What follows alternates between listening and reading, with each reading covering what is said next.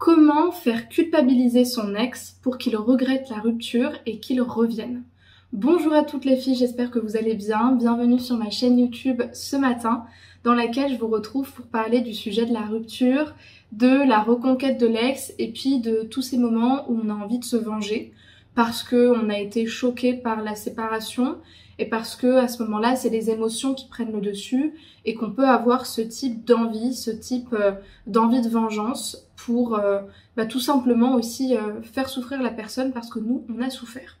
Donc je vais vous répondre en vous donnant mes meilleurs conseils pour que vous puissiez vous aimer davantage dans cette situation et justement vous préserver pour pouvoir évoluer de la meilleure manière, aussi bien vous que l'autre. Et puis pour les personnes qui ne me connaissent pas, je me présente, je m'appelle Chloé Mercart, je suis coach, maître praticienne en programmation neurolinguistique, praticienne en hypnose ericksonienne et depuis 2019, j'aide les femmes à s'aimer davantage elles-mêmes, à renforcer leur estime d'elles-mêmes pour qu'elles aient des relations amoureuses beaucoup plus épanouissantes avec l'autre. Si vous n'êtes pas encore abonné à la chaîne YouTube, je vous invite à le faire maintenant en cliquant sur le bouton rouge s'abonner en bas à droite de cette vidéo et en activant la cloche des notifications pour recevoir tous les matins une nouvelle vidéo à 8 h sur cette chaîne YouTube.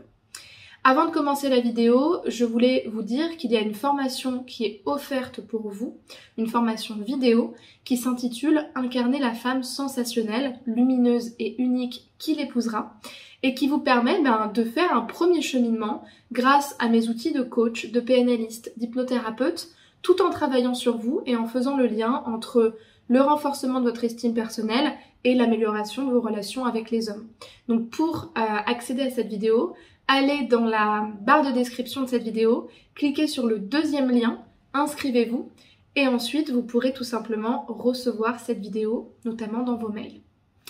Alors, dans ce type de sujet, comment faire culpabiliser mon ex pour qu'il regrette la rupture et qu'il revienne, vous le savez sur cette chaîne, moi je suis pas là pour vous donner des conseils de séduction, encore moins des conseils de vengeance, pour la simple et bonne raison que je pense personnellement que cette intention-là, c'est pas qu'elle est mauvaise et qu'elle est mal, parce qu'en soi, il y a une intention positive derrière chaque comportement. Mais c'est que, moi, là où je vais plutôt vous avertir et vous prévenir, c'est de vous demander, en fait, quel est votre but réel? Est-ce que votre but, c'est de moins souffrir, ou est-ce que votre réel but, c'est de faire souffrir l'autre? Parce que bien souvent, dans ce type de réaction, il y a une envie de vengeance, il y a une envie de réparation émotionnelle de ce que vous avez vécu, pour vous permettre d'aller bien. Sauf que je suis pas sûre que cette façon de fonctionner, ce soit le réel moyen pour vous de vous réparer émotionnellement, d'aller mieux et réellement de faire souffrir l'autre personne. D'autant plus que si l'autre personne est partie, c'est que elle a très probablement déjà fait son deuil de la relation et qu'elle n'est plus justement dans cette énergie pour revenir avec vous. Donc en fait, ça va juste détruire votre estime de vous-même à petit feu parce que vous allez vous rendre compte que dans bien des cas, ça fonctionne pas. Ou que finalement, en la faisant souffrir, vous allez juste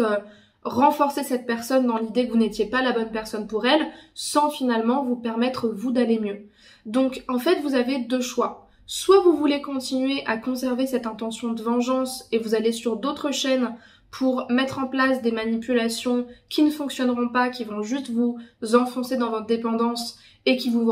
vous rendre malheureuse dans vos relations. Ou soit vous vous dites, tiens, je vais utiliser cette intention-là pour m'observer moi-même, pour m'aimer moi-même et pour justement comprendre quelle est mon intention positive derrière. Parce que pour le coup, là où je vais pouvoir vous accompagner à travers cette vidéo, c'est le fait de vous guider dans le fait que derrière cette intention, il y a très probablement une intention positive. Alors quand on parle d'intention positive, on parle souvent de cette petite chose qu'on recherche derrière des comportements qui sont pas forcément sains, mais qui pour nous vont nous apporter quelque chose. Et ce, dans des sphères de notre vie très diverses et même dans des exemples particulièrement sordides ou même crapuleux. Bon là, on n'est pas dans ce type de situation, mais c'est de se dire que derrière une envie de vengeance, d'infidélité, de n'importe quoi, de rupture, de drogue, d'addiction, il y a toujours une intention positive. Toujours, toujours, toujours, même dans les situations les plus horribles, même dans les actes les plus horribles, parfois se venger, faire du mal à quelqu'un, c'est toujours une façon de chercher à se réparer nous-mêmes. C'est peut-être pas la meilleure manière, c'est d'ailleurs une manière qui n'est pas la plus utile à mon sens, Mais c'est une manière à ce moment-là de faire ce qui nous paraît le mieux parmi nos ressources, parmi nos croyances, parmi tout ce dont on dispose, parce qu'à ce moment-là, on pense que c'est la seule chose sur laquelle on a du pouvoir. Pourtant, c'est là que vous vous trompez, parce qu'il est plus aisé de vous changer vous-même que de changer l'autre. En d'autres termes, partir du principe que vous allez vous réparer en faisant souffrir quelqu'un, en sachant que vous n'avez pas de pouvoir sur lui, mais qu'en faisant ça, vous allez juste accentuer votre douleur, c'est une autre façon de vous enfoncer et de vous sentir encore plus impuissante dans cette douleur-là. Je vous le répète, vous ne ferez culpabiliser personne si cette personne a décidé de partir et que c'est le meilleur à faire pour elle. C'est même toxique pour vous et pour cette personne parce que ça va accentuer le lien de souffrance, de vengeance et de destruction qu'il y a entre vous. Et ça vous empêche, pour moi, d'accéder directement à votre énergie guérisseuse, à votre estime de vous-même, parce que c'est comme si vous aviez finalement un obstacle à ça, et cet obstacle, c'était la vengeance de l'autre. Comme si la vengeance de l'autre était la seule façon de vous faire justice, alors que dans ce domaine-là, la seule façon de se faire justice, c'est d'être résilient et c'est d'être proche de soi-même. Donc encore une fois, si vous n'êtes pas prêt à entendre ce discours, c'est peut-être que c'est pas le bon moment pour vous et que ça peut être intéressant d'être accompagné pour commencer dans un suivi psychothérapeutique et ensuite si vous souhaitez améliorer votre estime de vous-même et tirer un trait sur cette relation,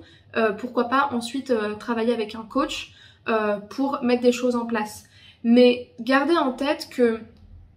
la meilleure manière finalement de vous réparer vous-même, parce que c'est sûrement le but principal, on ne peut pas agir sur la vengeance ou sur la souffrance de l'autre, c'est de regarder votre blessure telle qu'elle est.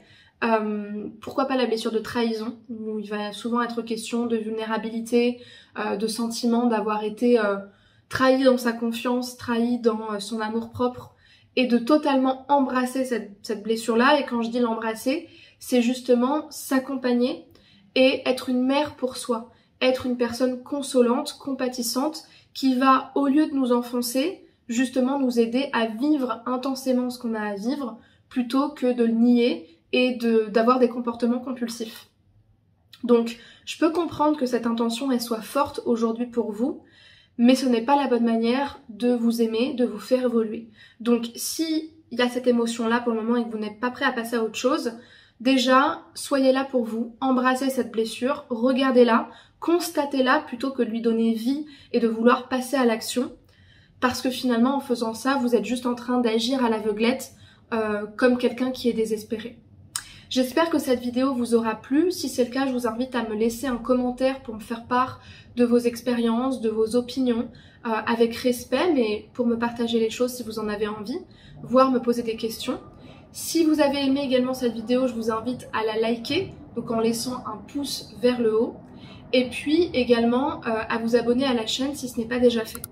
Pour les personnes qui veulent être accompagnées, qui veulent être coachées et qui veulent justement s'en sortir, utiliser cette situation comme un tremplin parce qu'elles savent que c'est une grande leçon de vie et que ça va les aider, vous pouvez prendre un appel avec moi de 15 minutes qui est offert. Et pour prendre cet appel avec moi, vous devez aller dans la barre de description, dans le premier lien qui s'offre à vous, remplir le formulaire, choisir votre créneau pour qu'on puisse parler de votre situation actuelle et voir en quoi le coaching va vous permettre d'avancer et d'apprendre à vous aimer.